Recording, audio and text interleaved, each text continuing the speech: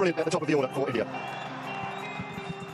Trophy নিল না ভারত, অভিষেক পেল গারি, পাকিস্তানকে অপমান। পুরস্কার বিতরণী মঞ্চে বিসিবির সভাপতি আমিনুল ইসলাম বুলবুল। প্রিয় দর্শক, পাকিস্তান ভারত মহারণ শেষে ফাইনালের পুরস্কার বিতরণী অনুষ্ঠানের নাটকীয়তা।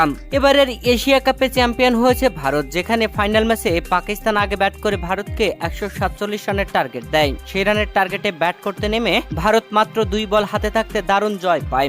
দারুণ ইনিংস খেলেছেন তিলক বার্মা। তিলক বার্মার দারুণ ব্যাটিং এই জয় পায় ভারত। তাই তো জয়ের পরেই তিলক বার্মাকে কুর্নিশ জানিয়েছেন ভারতের অধিনায়ক সূর্যকুমার যাদব। ম্যাচ শেষ হয়ে গেলেও শুরু হচ্ছিল না ফাইনালের পুরস্কার বিতরণী অনুষ্ঠান, যে অনুষ্ঠান নিয়ে চরম নাটকীয়তা।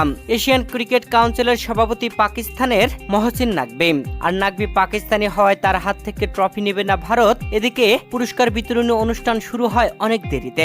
নানান নাটকীয়তা শেষে পুরস্কার বিতরণী অনুষ্ঠান শুরু হলেও পাকিস্তানের নাকভির কাছে ট্রফি গ্রহণ করবে না ভারত, যা আগে বলেছিল তাই করেছে তারা। শেষ পর্যন্ত পুরস্কার গ্রহণ করেনি, তবে একাধিক পুরস্কার তুলে নিয়েছে ভারত। ম্যাচ শেষে আম্পায়ারদেরকে পুরস্কার দেওয়া হয়, এরপরে পাকিস্তানি খেলোয়াড়দেরকে পুরস্কার দেওয়া হয়। পুরস্কার বিতরণী মঞ্চে উপস্থিত ছিলেন বাংলাদেশ ক্রিকেট বোর্ডের সভাপতি আমিনুল ইসলাম বুলবুল। তার হাত থেকেই পাকিস্তানি খেলোয়াড়দেরকে পুরস্কার দেওয়া হয়েছে।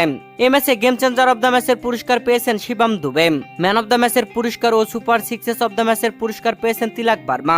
এশিয়া কাপ 2025-এ সবচেয়ে বেশি উইকেট 17 উইকেট নিয়ে value player of the tournament হয়েছেন ভারতের কুলদীপ যাদব, পেয়েছেন $15,000।